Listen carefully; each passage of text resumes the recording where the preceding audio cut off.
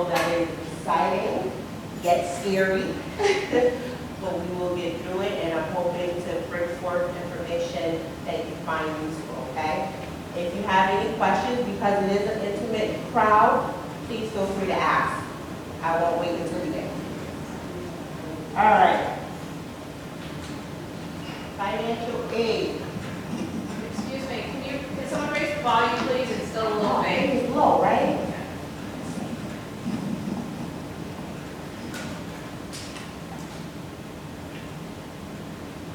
Matt, am I doing this right?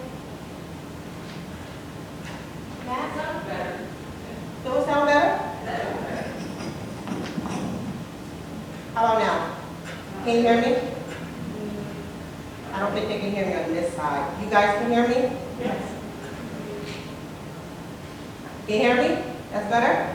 Okay. All right, I'll talk louder. As loud as I can. All right, so let's talk about financial aid. Let's talk about financial aid. So financial aid, everyone is eligible for financial aid, okay? And this is in regards to federal financial aid. So this evening, what we'll go over is what is financial aid, what aid is available, who's eligible, how do I apply, and for our non-citizens here in Connecticut, we'll talk a little bit about ACTIS, okay? So what is financial aid? Financial aid is funds that's provided to needy families to help them pay for a post-secondary education. Types of financial aid that's available to students are the Pell Grant, Supplemental Educational Opportunity Grant, Federal Work Study, University/State grants, Institutional Aid for Undocumented Students, Internal and External Scholarships, Direct Subsidized and Unsubsidized Loans, and Direct Parent Plus Loans. This is the big one, the federal Pell Grant. So who's eligible for a federal Pell Grant? Federal Pell Grants are awarded to undergraduate students who display financial need, right? You don't need to repay back a financial federal Pell Grant because it's a grant. So anytime you see a fund with the word grant or scholarship, that's aid money, that's a gift to you. You don't have to pay that back. How much can I get? Each year, the federal Pell Grant changes the maximum amount that can be awarded. It changes. As of right now, for the 22-23 award year, which is the year that we're in, the maximum amount is $6,895, okay? And the way that works is that number is split in half. Half for the fall, half for the spring. That makes up the year, okay? How do you get that amount? Well, when you guys complete the Fafsa, the data that you enter into the Fafsa is going to be computed, and it's going to spit out a number called your estimated family contribution. Keep in mind, next year, the word estimated family contribution will change because it kind of throws families off. People will be like, well, do I have to pay this much? It's tricky, so the government is actually revamping that, okay? But that number determines how much federal aid you need. The higher the number, the far away you get from Pell. So for an example, let's say your family's estimated family contribution is $7,000. You won't get a federal Pell Grant. But if you're $5,000, you may get a portion of that $6,800. Does that make sense?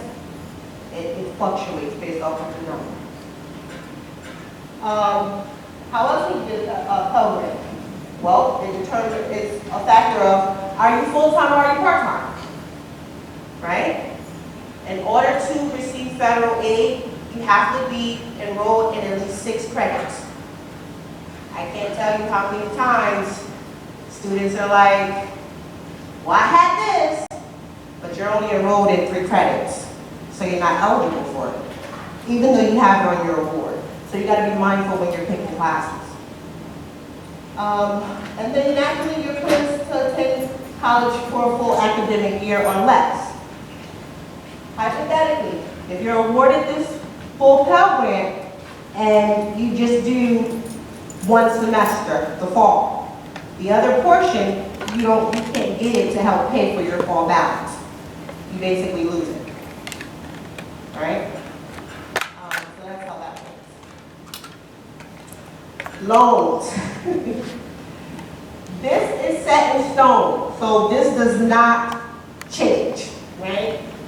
So this is based off of dependent, right? And because a lot of you guys have high school students, naturally your students are going to be dependent, meaning the parent's income will be taken into consideration to determine if the student is eligible for some subsidy or not, right? So as a freshman, let's say once you do your FAFSA, the maximum subsidized loan is $3,500 that you can get. In addition to the $2,000 in an unsubsidized loan, maximum amount for a freshman is $5,500 for the year. Split in half. Half for the fall, half for the spring. Right? Next year, sophomore year. That's going to be that following October 1st. You know how every October 1st we have to renew our FAFSA. Once you do that, these are the determining factors for sophomore level. $4,500 subsidized, $2,000 unsubsidized, $6,500 max for the year. What does that mean, subsidized versus unsubsidized? Great question. So subsidized, the government covers your interest while you're in school. So we like to say take advantage of that loan if you want that. Take advantage of that while you can. The unsubsidized loan accumulates interest throughout the life of the loan. Okay? And as of right now, the interest rates for both loans are 4.99%. And that changes every year. They generally change July 1.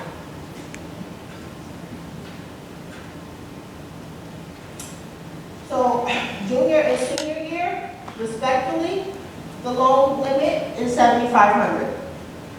Now keep in mind, when your student is in college, they're only eligible for this loan under the pretense that they're enrolled in 6 credits. You can have this loan on your account, but if you're not enrolled in 6 or more credits, the loan will not disperse to your account. Okay? The other great point that I need to make about these loans, you don't have to accept the full amount that's offered. You can borrow what you need. Okay? When a student is awarded loans, it's offered. So you accept of the $5,500, let's say you just want to borrow the $35,000. You can do that. Of the $35,000, let's say you only want to borrow $15,000. You can do that. And should you need additional funds down the road within the same year, you can always reach out to your financial aid office and say, I want to borrow the remaining eligibility amount that I have. It's called smart borrowing. You control what you borrow. Okay? A lot of times our freshman students, they think that they have to accept what's offered, the full amount, but you don't. Okay? Same thing, these are annual loan limits for an independent student. Naturally, I'm talking to a high school, so I'm going to assume that I have no independent students here. But should a high school student fall under a category where their dependency status changes over into an independent status, this is the loan amounts for them. Okay? How does a dependent student change over to an independent student? Various reasons. We'll go over that in a minute. Once again, interest rate is still 4.99. Parent plus loans. All right, parents. Your student is in school. The federal loans that they get, those theirs. But you want to help them cover their balance. You can apply for a Parent Plus loan. The difference between the loans that the student will receive as a result of the FAFSA and the Parent Plus loan is the Parent Plus loan application process is different. The Parent Plus loan application takes into consideration the parent's credit score. Okay? One parent or adoptive parent or step parent can apply for this loan. Grandma, grandpa can't apply for this loan unless you are a legal guardian. Right? Some schools may offer this loan up front. Well, this package up front. So in essence, what that's saying is you'll get your award offer and it'll say like Parent Plus loan if you borrow this amount. Like a hypothetical to show you what the numbers will look like. Repayment can be deferred and the interest rate is different. Notice it. And this is as of right now, it's 7.54%. That's for a Parent Plus loan. With the Parent Plus loan, you can borrow up to the cost of attendance.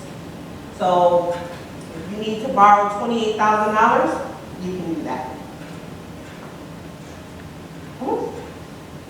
Are payments required right away or after the student graduates? After the student graduates. So all loan payments are required, they start 6 months after graduation or 6 months after the student ceases enrollment. Right? So student decides to take time off for whatever reason, the clock needs to start. So dependent student, what does it mean to be a dependent student? Students are dependent up until the age of 24. Okay? I get it, 18, I'm grown. No. Federal government still considers you a dependent. Okay? So that's how that works. Independent students, like I said, we're talking to a group of parents of high school students, but if a student falls into one of these categories, we change the dependency status, okay, to independent. So if the student is 24, by December 31st of that award year, they default into independent status, okay? If the student is in graduate school, they're independent student. If the student got married, they're independent. If the student has a child that they care for, they're independent. If the student is an orphan or ward of the court, they're independent. If the student is a veteran of the U.S. Armed Forces, they're independent. If a student is an unaccompanied youth, they're independent. Risk of homelessness, independent, and determined to be independent by the financial aid officer based on an unusual circumstance. That's a big one. So, risk of homelessness, that can be determined here at the high school. Okay? So, a counselor can write a letter, and the student can be independent. Or, once the student is in college and something changes in the household, they can communicate that with the financial aid office, and they can become independent and get independent loan amounts. Okay? So that's what that is. So applying for institutional or federal student aid. First things first, each school is different. Each school has a different set of deadlines. So whatever school you're interested in applying to, you want to make sure you communicate with the financial aid office and find out what those deadlines are. Okay? For the FAFSA, the FAFSA opens October 1st. Every year that your student is in college, whether it be undergrad or grad, they will need to complete the FAFSA October 1st. And write this down, please. You want to do it sooner rather than later. Because students freshman year, you get a award package and it may have some state grants on it. Sophomore year, you did not renew right away and you missed whatever priority deadline that was set, you lose that grant aid, that state aid. So you want to do it the sooner the better. Okay? This is interesting. So there's two ways to apply for financial aid, right? You have studentaid.gov, which is in relation to the FAFSA, that's federal aid. And then depending on the school that you're interested in applying to, you have to find out whether they use or require you to create a CSS profile. CSS profiles are generally used for more private schools, and it's a way of pretty much determining financial need as well, but it's geared more towards institutional aid, not federal. So in-house money. The CSS profile is more in-depth than the FAFSA, as the CSS profile takes into consideration the value of your home, your car, your if you have any college savings accounts, or so on and so forth. Okay, it goes more in depth. The CSS profile, you don't need to do it every year like the FAFSA. So if you're doing the CSS, would that be in place of the FAFSA? Or No, in addition to. In addition to. That's only one time, whereas that's every year. FAFSA is every year. You have a question? Yeah, you answered it. Oh, okay. That is, if you do it the first time and then that's it. Correct. Now, don't get me wrong, whichever school you apply to that uses the CSS profile, they may need to collect additional documentation. And I've been in a situation where someone put their home value as such, and I had to go on Zillow to verify it. That is literally the extent of which the CSS profile is viewed, okay? So, completing the FAFSA is done in 7 steps, all right? Step 1 consists of collecting general student information. Step 2, income and assets. Step 3, the dependency status is going to ask questions in regards to that. Step 4, parents' information.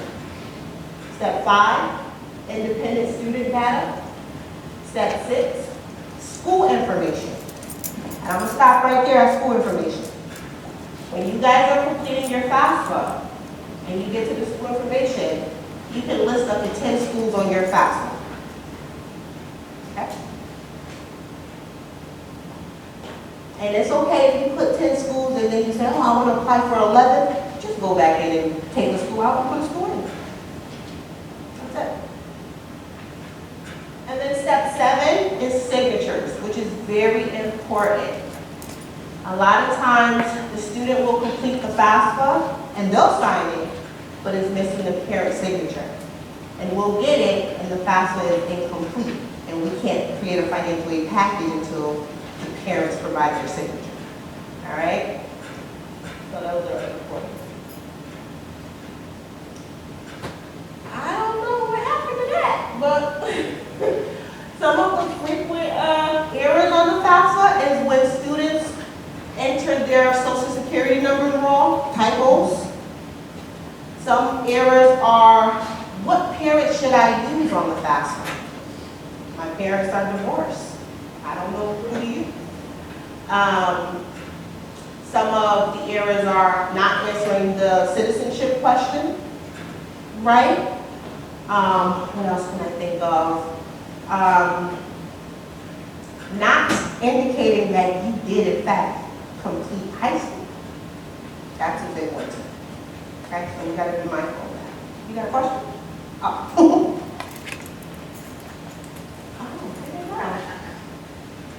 Oh, okay. Here we go. So, as I said, divorce, remarried, parent information, income earned from work, untaxed income, taxes paid, household size, number of household members in college, that's what I was supposed to say, real estate and investment, citizenship, not providing both signatures. No, okay. Income earned from work, tax income, untaxed income, and income tax paid, those are all in relation to your tax return. Okay? The great thing is, when you are completing the FAFSA, there is a tool that's available to you. It's called the IRS Data Retrieval Tool. that tool will import your 2021 tax return into the FAFSA, so you don't have to worry about typos.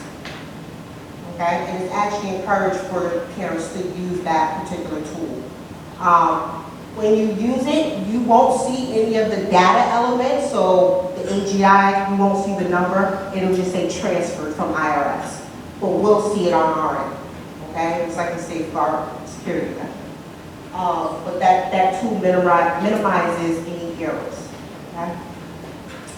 The secret to using that tool, in order to actually successfully transfer your information from the IRS over onto the FAFSA, you have to enter the filing address that you used on your tax return, identical when you're inputting that information. What do I mean? You live 123 Blueberry Street, and you wrote out the word street when you submitted your tax returns. Don't abbreviate it when you're doing the IRS data retrieval tool. If you do that, it will reject you, and then you'll have to manually enter. So it's always common practice when you're completing the FAFSA, just have your tax return sitting in front of you. So what happens next? You completed your FAFSA, you did it. You did the 7 steps, you signed it, and here we are. So as I previously mentioned earlier, what's going to happen is that data is going to be submitted through to central processing down in DC, and using the federal methodology, they're going to determine what your estimated family contribution is, right? Remember, it's going to change. That language is going to change in the next year, but right now it's estimated family contribution, right? So for those who want to know, how do I determine how much need, am I a needy student or so on and so forth? The way that that's determined is you use your cost of attendance, whatever school you plan on applying to, minus the EFC to determine the need. Okay? That's going to change for each person as each person is going to apply for different schools. Does that make sense? Can I ask a question? Mm-hmm. Does the cost of attendance, does that include fees and things like that, or is it just the tuition? It's tuition. It's just tuition? It's tuition. Not room and board or anything like that? Correct. It's tuition. But once again, you can talk to whatever school you're interested in applying to, because there may be some variations with that. Okay? And then also keep in mind, every year the rate of tuition goes up. Is that number spit right out, or it's The EFC, oh yeah. As soon as you finish your FAFSA, you're going to see what your EFC is. Okay. As soon as you finish your FAFSA. Like I said, the higher that EFC is, the more likely you're only going to be eligible for an unsubsidized loan. Okay? It's like, my daughter's only junior now. Is there a way to get an estimate of what your EFC is going to be, like, out ahead of time? You can play with like net price calculators on whatever school you're interested in applying to. They have these calculators that you can put in some information, and it'll kind of help spit out an idea for you. But for the most part, in terms of the FAFSA, I don't think it's going to kind of be relevant, because the FAFSA use what's called prior data. Notice we're in 2022, headed into 2023. The FAFSA, when you complete your 23-24 FAFSA, like if you were to do a FAFSA for, let's say she's going into college next fall, you're going to do the 23 FAFSA, right? That FAFSA is asking for your 2021 tax return. You may have made less money or more money in 21 than you do today. That's okay. What you do is you contact your financial aid office and you say, hey, the information that I use with my FAFSA it doesn't tell the story of my finances today. And then they can use your today's income on the FAFSA. Okay? So I like to tell families, nothing's set in stone.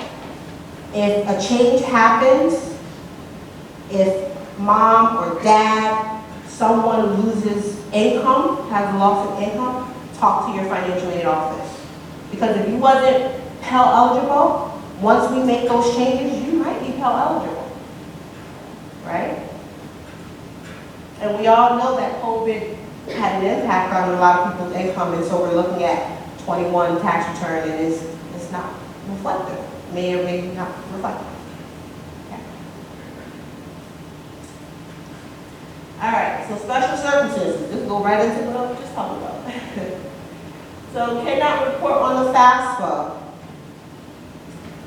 COVID challenges, send explanation to financial aid office at each college. The college will review the special circumstance. We may request additional documentation. Decisions are final and cannot be appealed to the U.S. Department of Education. Okay. So like I said, if there is a change in your income, communicate that with your financial aid office and they can make adjustments. This is a big one. So this is some resources on finding scholarships and applying for private loans. Okay? I don't know if you guys can see this, but you can do a free internet scholarship search. You can go to finaid.org, that's a resource. College Board is a resource. FastWeb is a resource. Scholarship Resource Network, Go College, Scholarship Hispanic Fund. Private loans can be found at elmselect.com. You can also work with your guidance counselor at your high school to apply for, loans, or not loans, grants rather, such as like the Roberta B. Willis merit-based scholarship. You can also contact your bank or credit union. They have scholarships, they have private loans. Different rates, different, due dates and so on and so forth for the private loan that you make. Any questions on this? You do it every year for scholarships? Yes, unless you're paired with one that's renewable. You want to find the word renewable. The renewable scholarships often work as long as the student maintains a certain GPA, a certain enrollment status, they get it.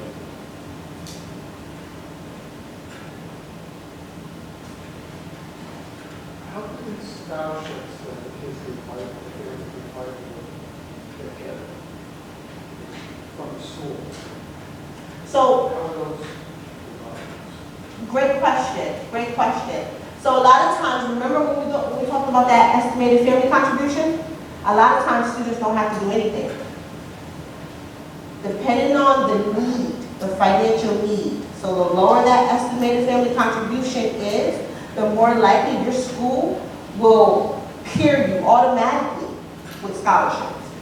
And they do that a lot. A lot of times we'll swap out aid.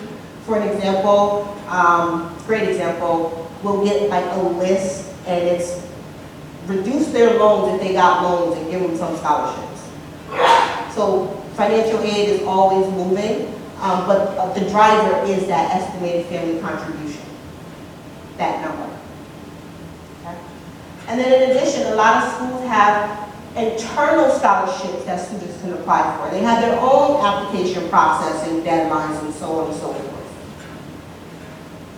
Okay? So for an example, at Central, we have a foundation scholarship, and the window for that is only 1 month, from November to December. And students can go in and, find scholarships for them that matches their major or their interest or so on and so forth. And if they apply for that and they're awarded that, it's applied to the next year award. But each school is different, so you want to contact your financial aid office to find out.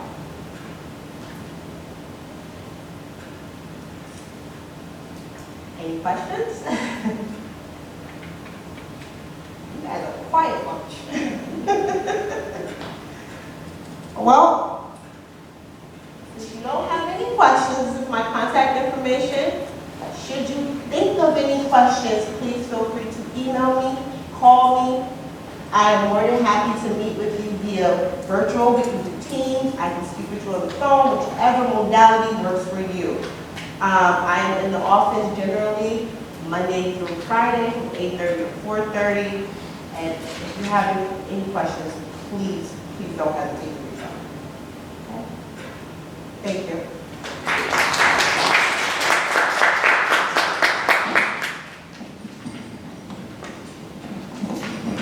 So before everybody leaves, just a few dates that you might want to write down.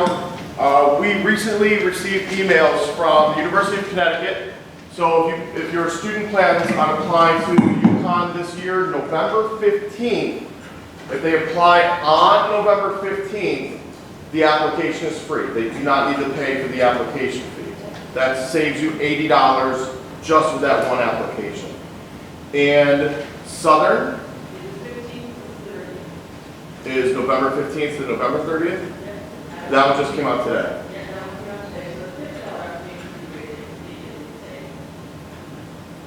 So that is another application fee waived. Last year, all the state schools had a fee waiver similar, that if you applied during a window of time, that you could get your fee waived, your application fee waived. So it's just ways that the colleges can increase their candidate pool, all right, and it also saves you a few dollars on the front end of your application process. Oh, it's just the 15th. So Eastern Connecticut is just the 15th. So, So you probably said by the 15th? on the 15th. On the 15th. On the 15th, yes, on November 15th. Don't ask me why it's not up until the 15th. I used to work there, but I don't work there. All right. Any questions, comments, concerns? All right. Yes.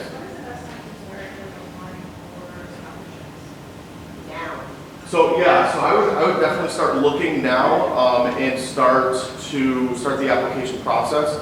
Every year we here have Dollars for Scholars, and as long as your student lays their head in the town of Wethersfield, they're eligible for Dollars for Scholars. Dollars for Scholars is an application pool where your student creates a profile and then they look for scholarships for that student. That usually comes out right around Thanksgiving-ish, and then is due usually like in March.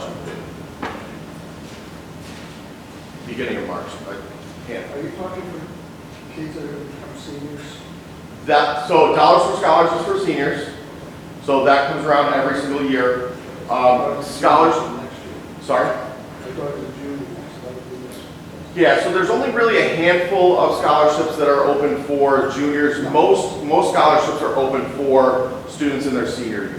Yes. But I did hear somebody ask if they should stop their scholarship search at some point, or if there's like I once had a student who went to George Washington University, which was about $60,000 a year at the time, and he came back to me during his freshman year in college and said that he looked for so many more scholarships during his freshman year in college, scholarships, internships, grants, everything. He pretty much had his sophomore year already paid off during his freshman year. So it's definitely a grind, as the students put it. But really, as one of my colleagues likes to put it, you wouldn't walk by $250 on the sidewalk. You know, why would that stop you from applying for a scholarship for that same amount? All right, thank you all for coming out tonight. I really appreciate it.